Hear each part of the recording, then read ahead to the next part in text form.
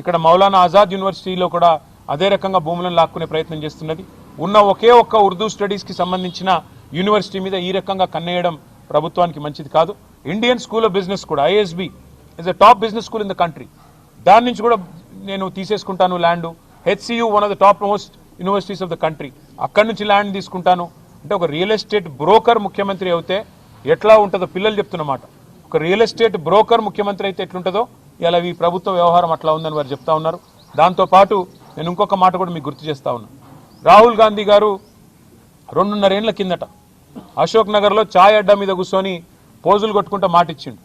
2 లక్షల ఉద్యోగాలు ఇస్తా, మీరు 2 ఉద్యోగాలు తీసేయండి, కేసీఆర్ది కేటీఆర్ది, 2 లక్షల ఉద్యోగాలు మొదటి సంవత్సరంలో ఇస్తా అని మాట ఇచ్చిండు. మరి నిన్న ఏం జరిగింది? నిన్న రాత్రి 2 ఏళ్ళు గడిచిపోయింది, 25 నెలలు దాటిపోయింది, ఇంతవరకు 10,000 ఉద్యోగాలు కూడా ఇవ్వలేదు. మీరు ఏమైనా నీ 2 లక్షల ఉద్యోగాలని చెప్పి పిల్లలు రోడ్డెక్కితే వాళ్ళని ఇష్టం వచ్చినట్టు గొడ్లను కొట్టినట్టు కొట్టి వాళ్ళని 7 పోలీస్ స్టేషన్లో నిన్న ఈ దిక్కుమాలిన ప్రభుత్వం వారిని నిర్బంధించింది. ఈ రోజు కూడా ఉదయం నుంచి మళ్ళీ అరెస్టుల మీద అరెస్టులు చేస్తూ ఉన్నారు. ఎందుకు?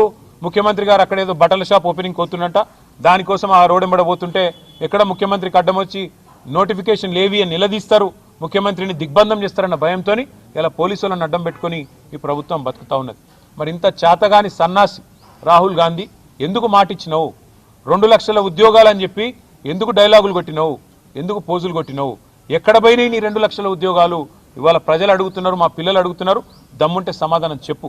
10,000 ఉద్యోగాలు ఇవ్వకుండా ఇక్కడ భూములు గుంజుకుంటావు, యూనివర్సిటీ దగ్గర ఇస్తానన్న ఉద్యోగాలు ఇవ్వవు.